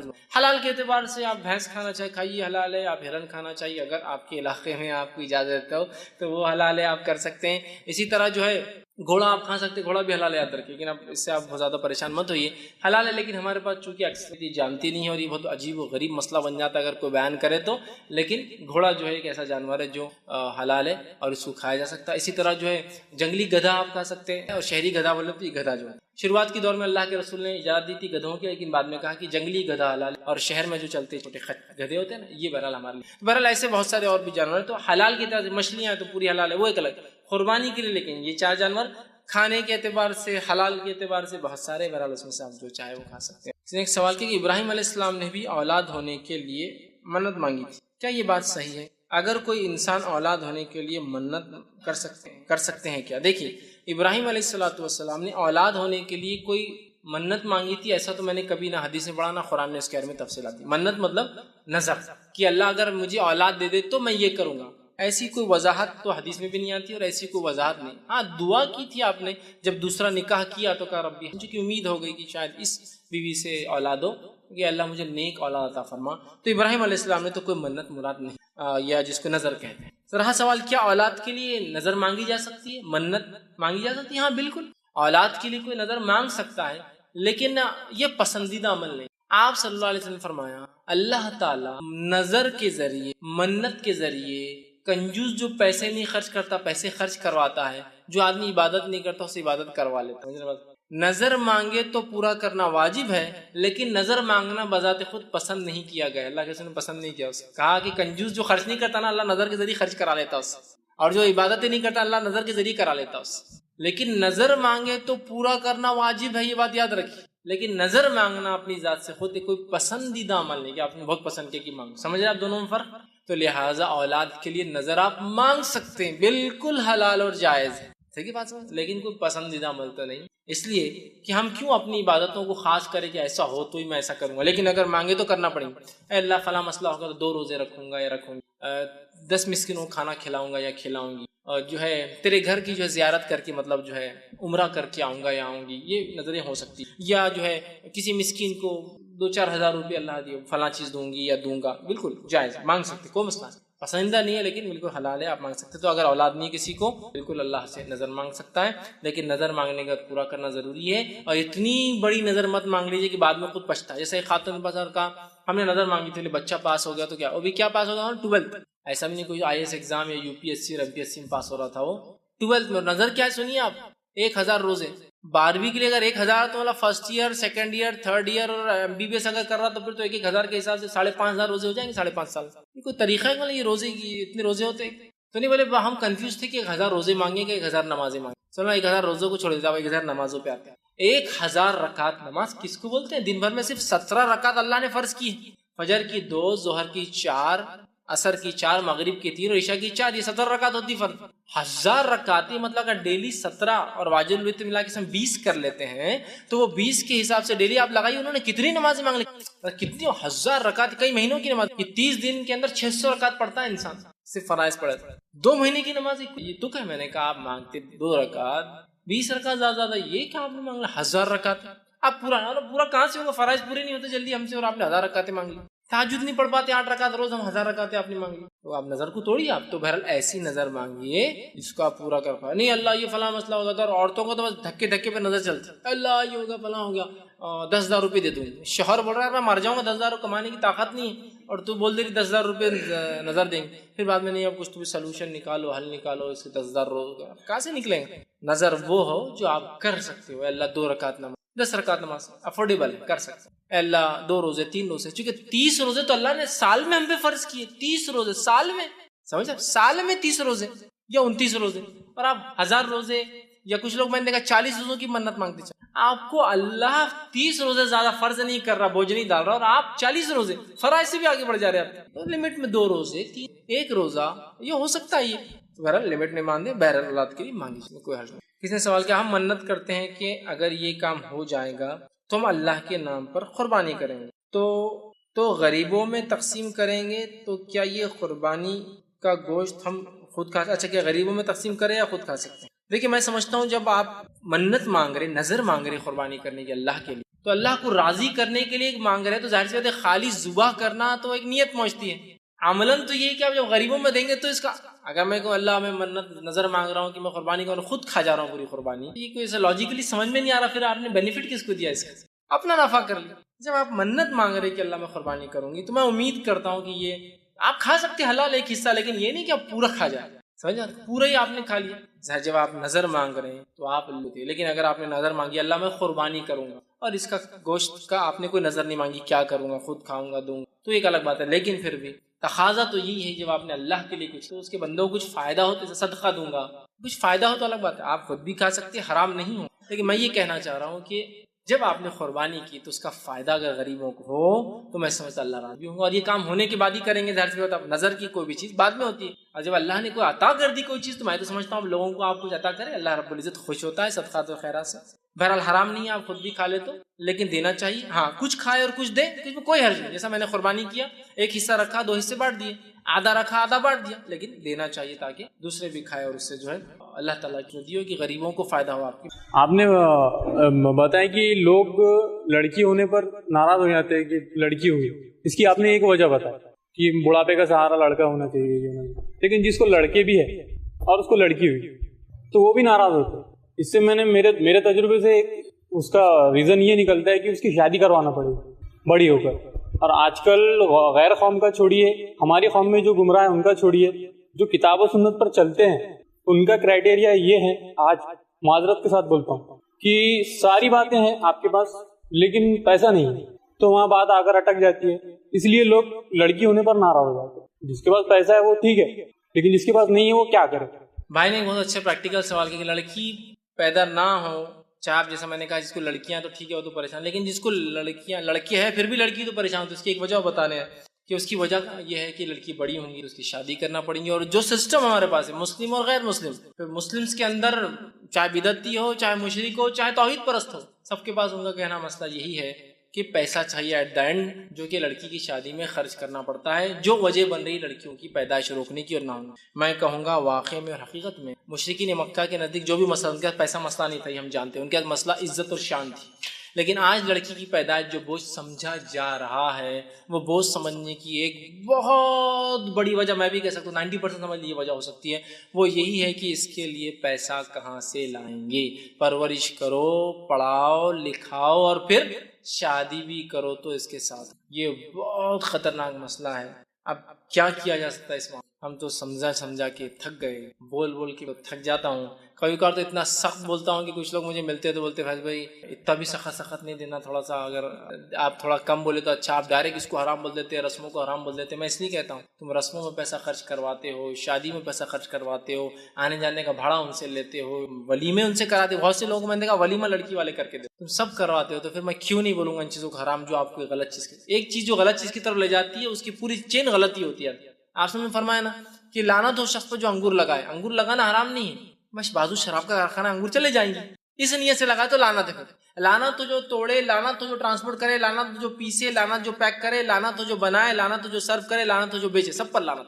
اور لعنت تو جو لکھے 9 لوگوں پہ لعنت. شروعات جس سے بھی سب حرام. میں نے کہا یہ رسومات سب بدعتیں ہیں، اس لیے میں سب کو حرام کروں. نہیں تھوڑا سانچک کی اجازت دینا، میں کسی کی اجازت نہیں رکھتی برابر میں. لیکن اب ہم کیا کریں؟ الٹیمیٹ یہ ہے سماج میں کہ یہ حال ہے. اور میرے ذاتی تجربے تو بہرحال آپ کے تھوڑے رہیں گے، میرے تو ہزاروں لوگوں سے تجربہ آتا ہے. خود اسلامک ریسرچ سینٹر کا ایک میرج بیورو تھا، اس کے بھی تجربے میرے پاس ایک سے ایک ایسے تجربے. کبھی رات میں یاد کرے تھوڑی دیر جاگتے رہنا پڑتا ہے، نیند نہیں آتی کہ کیا ایسا بھی ہوتا ہے. لوگ ایسا بھی سوچتے ہیں کہ ایک صاحب نے 6 لڑکیاں ریجیکٹ کی. میں نام بھی نہیں لے رہا ہوں اور گمنام بات کر رہا ہوں. 6 لڑکیاں ریجیکٹ. 6 لڑکیاں ریجیکٹ کرنے کے بعد جو لاسٹ لڑکی کو ریجیکٹ کیا اس کا ریزن میں نے پوچھا, بہت ہو گیا یار 6 ریجیکٹ کر. تو کیا ریزن دیا معلوم؟ تھوڑی سی اس کی مانگ بڑی تھی, بولے مانگ چوڑی, تو ڈر تھا کہ بال جلدی جھڑ جائیں گے. میں نے کہا تم اٹھ کر یہاں تک آئے, اس کے اسٹیمپر پر لکھ کے دے سکتے کہ تمہارا بچہ زندہ بچیں گا, اس کے ساتھ زندگی گزاریں گا اور وہ ہوں گا, جو اس کے بال جھڑیں گے اس کے ریجیکٹ کر رہے ہیں. یہ حالت ہے. میں بالکل پریکٹیکل بات کر رہا ہوں. بھائی نے کہا تجربے میرے بہت زیادہ تجربے. قرآن حدیث کے مطابق لڑکی چاہیے, قرآن حدیث کے مطابق لڑکی, قرآن حدیث کے مطابق فیصلہ, قرآن حدیث کے مطابق. سن کے ایسا لگتا ہے کہ آپ کہاں ہیں دنیا کے اندر, لوگ کتنے آگے ماشاءاللہ تخمین قرآن حدیث قرآن حدیث قرآن حدیث. وہ آپ نے ریجیکٹ کر دیا اس لڑکی کو. اس کو قرآن آتا تھا, وہ حافظ قرآن تھی اور وہ فلاں اسکول سے پڑھی ہے, اس کی دینی تعلیم اتنی اچھی, وہ عربی جانتی ہے, اس کو فارسی آتی ہے اور نمازی ہے. کس وجہ سے ریجیکٹ کیا؟ وہ کب 2 رنگ کے لائے تھے ان کے گھر والوں نے, آدھے کپ الگ تھے اور آدھے کب دیکھنے گئے. تو آپ پہلے بولنا چاہیے تھا کہ آپ کب پسند کرنے جا رہے تھے, ہم کب رکھ دیتے تھے آپ کے سامنے, آپ کو لڑکی نہیں چاہیے, کب چاہیے. نہیں مطلب جیسا اس سے پتا چلتا ہے نا, کیا پتا چلتا ہے احمق انسان, کب سے تم پتا کرو کسی کے ایمان اور تقوی کا. پھر قرآن حدیث کیوں بول رہے تھے, تم بول کیا ہو, کب چاہیے, گاڑی چاہیے, اچھی چادر چاہیے, اچھا وہ چاہیے, ہم آئے تو ٹھیک ہے, تو بولیں چل نکل یہاں سے. کب ریزن ہے آپ کی شادی. بہت برے حالات ہیں بھائی. میں اس معاملے میں کیا کہوں اور کیا نہ کہوں, بس یہ حالت. مسئلہ یہ ہے کہ جب میرے بیٹے کا نکاح ہے, میری بیٹی کا نکاح ہے, سمجھ, تو میرا حال تو یہ ہے, بیٹی کا نکاح ہے نا میرے, بس فلاں اب آئے نہیں, وہ آپ کی بچی ہم کو پسند نہیں. کیوں پسند نہیں آ رہی صاحب, میری تھوڑا رنگ اس کا کم ہے, زیادہ رہتا نا تو ابھی کر لیتے. تھوڑا کم ہے, کیا ہوا, اللہ نے بنایا, میں نے پرسنل مینوفیکچر تو نہیں میری, کچھ نہ کچھ تو ہوں گا نا اللہ کی طرف سے, تھوڑا رنگ زیادہ ہونا. بچی ماں کی ایسی ہوتی ہے نا, کر لیتے, باپ پہ چلے گی نا رنگ میں تو ذرا مشکل ہے. بھائی میری بچی ہے, اس کا آپ کیوں نہیں کرنی, وہ تھوڑی سی ذرا صحت مند. ہم کو ایگزیکٹلی 55 kg کی چاہیے, 55 کلو والی. آپ کی تھوڑی 58 کلو تک بھر جا رہی ہے, مرغی خریدنے جا رہے ہیں نا ویٹ کے حساب سے, آپ کی 58 ہو جا رہی, تھوڑا 3 kg ایکسس ویٹ ہو رہا ہے اس کا, تو میں نہیں لے سکتا. تو یہ قدموں میں گر رہا ہے شادی کرنا. تو یہ تو بات سمجھ میں آ رہی ہے کہ سماج ایسا ظلم کر رہا ہے, اور یہ غلط.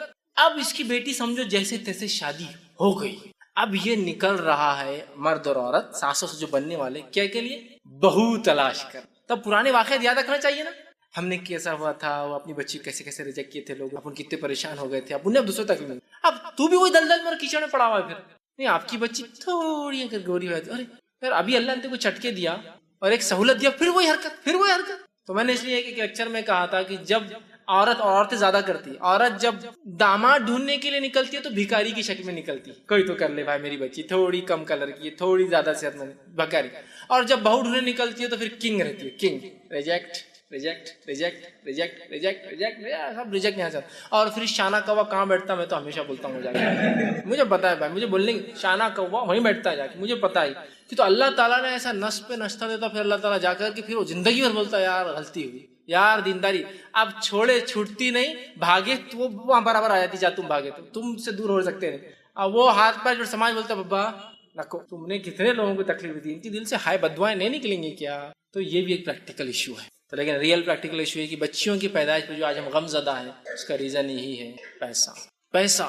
ایک شادی کا واقعہ سنا تھا, ایک صاحب مجھے کہنے لگے, وہ ایک مہم چلاتے ہیں, اڑوپی کے رہنے والے, سعودی عرب میں جاب کرتے ہیں, لیکن وہاں ان کی مہم مشن چلتا ہے, اچھا مشن ہے. شادی میں کھانا نہیں ہونا حرام نہیں ہے, لیکن اچھا مشن ہے, میں بھی سپورٹ کرتا ہوں اس میں. حرام نہیں ہے لیکن اچھا مشن ہے, چونکہ وہ بھی خرچے میں آتا ہے. بہرحال حرام نہیں لیکن اچھا مشن, انہوں نے ایک مشن بنا. وہ مجھے سنانے لگے, میں نے کچھ ایکسپیرینسز سنائی آپ کی. تو کہا میرا ایکسپیرینس یہ کہ ہمارے ایک رشتے دار تھے, اور ان بچی کا جو ہے نکاح, وہ جو ہے ایک لڑکے کو رشتہ ہے, انہوں نے نہیں دیا, دوسرے لڑکے کا رشتہ دے دیا. ہوا یہ کہ شادی سے 3 دن پہلے ان لڑکے والوں نے کہہ دیا کہ ہم کو پسند نہیں ہے. یہ تبھی کا واقعہ جب آپ کو پتا اڑوپی کا ایک واقعہ ہوا تھا, وہ چکن بریانی اور مٹن بریانی پہ رشتہ شادی ٹوٹ گئی تھی. اس کے 2-3 دن بعد میں اڑوپی میں تھا, ساؤتھ انڈیا کی خبر پورے پیپروں میں آئی تھی, چکن بریانی کے اور مٹن رشتے.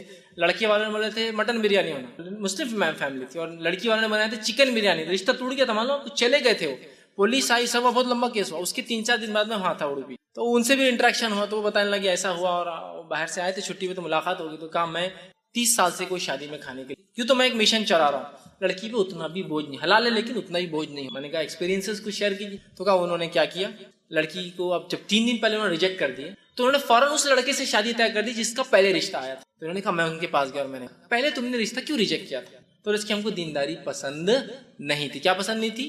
پھر اب کیوں کر دیا, کیا بولنے لگے معلوم, کھانے کا پورا انتظام ہو گیا تھا نا. تو شادی کیوں ہوئی؟ کھانے کے لیے. اور شادی کیوں ٹوٹی 2 دن پہلے وہاں؟ کھانے کے لیے. تو شادی کر رہے ہیں یا کھانے کے لیے کر رہے ہیں, آپ سمجھ میں نہیں آ رہا. شادی کر رہے یا زیور کے لیے کر رہے, آپ شادی کر رہے یا خوبصورتی, کیا سمجھ میں نہیں آ رہا امت کا.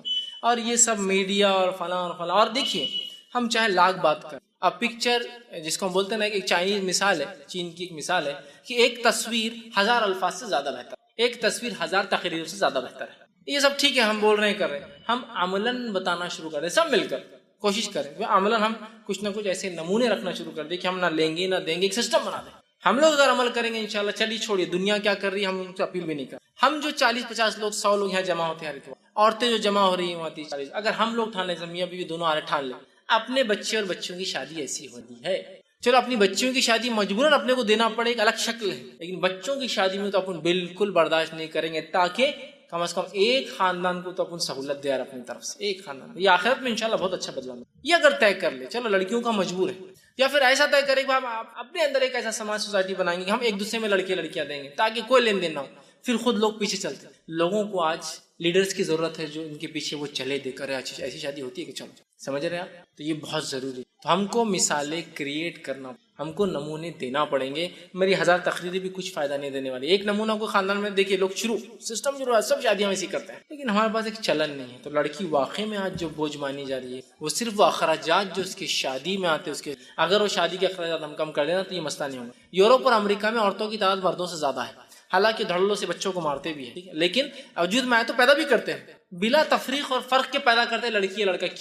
کیوں ایسا کرتے ہیں؟ اس لیے کہ ان کے پاس دہیج کا سسٹم ہے ہی نہیں, ان کے پاس سسٹم ہی نہیں نا ان کے پاس, جس کی وجہ سے ان کو کوئی تکلیف نہیں, لڑکی پیدا ہو لڑکا پیدا ہو. سمجھ رہے ہیں, اسلام تو اس سے آسان دین ہے. اس نے صرف یہ نہیں کہا کہ جہیز دینے کی ضرورت نہیں لڑکی کو, اس نے کہا کہ لڑکے کو ضرورت ہے کہ لڑکی کو زندگی بھر دیتا رہے, جس سے شادی کرے, ایک ایکسٹرا اس کو چیز دی جو ویسٹ اور یورپ کبھی نہیں دے سکتا. ذمہ دار بنا دیا انہوں نے. کیا آزاد ہے, خرچ کی ضرورت نہیں ہے, لیکن جانوروں سے زندگی گزارتے, بچے کس کے اس کو بھی نہیں پتا آپس میں. حالت یہ اسلام نے کہا نہیں, تم ساتھ رہو گے, پوری ذمہ داری پالو گے, ایک ایکسٹرا سہولت دی عورتوں. تو آپ دیکھیے, تو یہاں لیکن حالات دیکھیں, لڑکی کو مارا جا رہا ہے. آپ کو پتا ہونا چاہیے, جب یہ سونوگرافی مشینز آئے تھے تو بہت سارے علاقوں میں پوسٹرز لگتے تھے, 500 روپے خرچ کیجیے اور 5 لاکھ بچائیے. کیا تھے 500 روپے خرچ؟ جاؤ ڈیٹیکٹ کراؤ, لڑکی یہ معلوم ہو تو مار دو.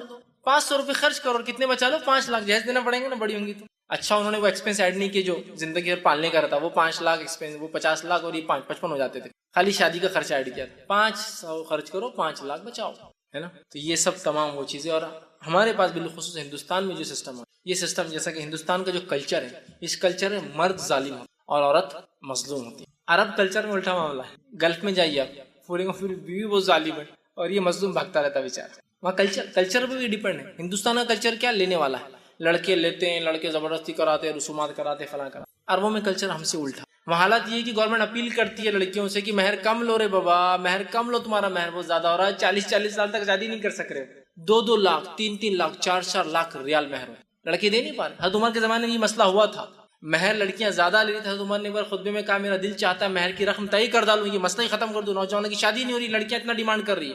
تو عورت اٹھ کے کہا تھا تم کون ہوتے ہیں نا, وہ پورا واقعہ اسی لیے تھا. آج بھی وہ مسئلہ ہے. تو وہاں الٹا مسئلہ ہندوستان میں, یہاں مرد ظالم ہوتے جو کھینچ کے لیتے ہیں.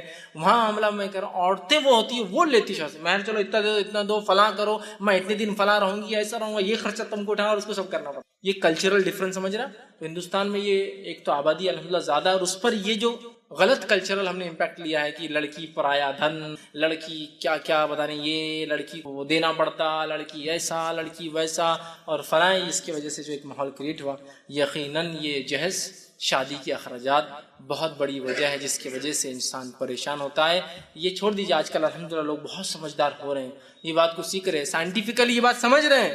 اور میں ہمیشہ کہتا ہوں ساسوں کو کہ اگر لڑکا نہ ہو تو کبھی اپنی بہو کو مت کوسنا, اپنے بیٹے کو لات مارنا اور اس کو کوسنا کہ تو ایک لڑکا پیدا نہیں کر سکا. اس لیے کہ سائنسی اعتبار سے ہم جانتے ہیں عورت کے اندر جو بنیاد بنتی ہے بچے کی پیدائش کے لیے, اس کو کروموزومز کہتے ہیں. اس میں ایکس 2 سیٹ آف کروموزوم ہوتے ہیں, اور مرد کے اندر ایکس اور وائی دونوں ہوتے ہیں. جب عورت کا ایکس اور مرد کا ایکس ملتا ہے تو بنتی ہے لڑکی, اور عورت میں چونکہ ایکس ہی ہوتا ہے, اس کا ایکس اور مرد کا وائی ملتا ہے تو بنتا ہے لڑکا. تو عورت کے اندر کوئی طاقت نہیں ہے, اللہ نے کی صلاحیت, ویسے وہ دنیا میں اعتبار سے کہہ رہا ہوں, ویسے اللہ کے ہاتھ میں جو کچھ ہے کوئی صلاحیت نہیں کہ اپنے لڑکا لڑکی پیدا کرے. وہ مرد سے نکل کر نطفہ جو جاتا ہے وہ ڈیسائیڈ کرتا ہے کہ لڑکا ہو یا لڑکی ہو تو اپنے بیٹے کو کوسنا کہ کیا کرا یہ لے کے آیا, ہمارے لیے ایک لڑکا نہیں پیدا کر سکتا. بہو کو مت کوسیے, بیچاری کا کوئی دوش ہی نہیں, وہ تو ریسیپینٹ ہے صرف. وہ اولاد کو لیتی ہے, تمہارے بچوں کو, تمہارے خاندان کو آگے بڑھانے کے لیے صرف اپنے پیٹ میں بڑا کرتی ہے, پالتی ہے, دودھ پلاتی ہے, اس کو کوسے. اور ایک عجیب فطرت ہے, یہ فطرت کو بھی تھوڑا سمجھنے کی ضرورت ہے. جتنا ظلم عورتوں نے عورتوں پہ کیا نا, مردوں نے عورتوں پہ کبھی نہیں کیا. اپنا چیلنج سے کہتا ہوں, جتنا ظلم عورت پر کرتی ہے. بیٹا تو بھی برداشت کر لے رہا کہ مجھے بیٹی ہوئی, ساس کو برداشت نہیں, ماں کو کہ مجھے پوتی ہوئی. میرا عورت ہو کے عورت پہ ظلم کرتی ہو. اور دنیا میں چاہت دیکھو کیا ہے, بکرے ہونا بکریاں ہونا بکریاں, مرغے ہونا مرغیاں ہونا مرغیاں, مرغے انڈے تھوڑی دیتے. بھینس ہونا ہیلے ہونا, بھینس ہیلا ایک ہی رہتا بنا ہوا کہیں تو بھی, بھینسے ہونا. گائے ہونا بیل ہونا, لڑکی ہونا لڑکیاں ہونا لڑکیاں. ارے واہ, باقی جنس